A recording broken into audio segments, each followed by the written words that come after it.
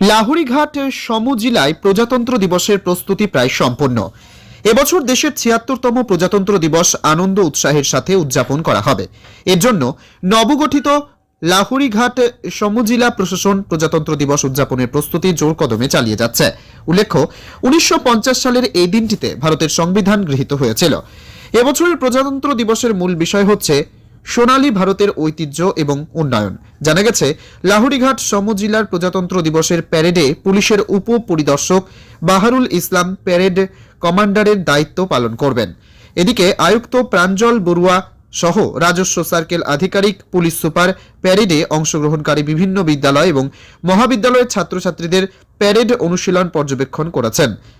ময়দাবাড়ি থেকে ইসমাইল হোসেনের রিপোর্ট, গণআওয়াজ।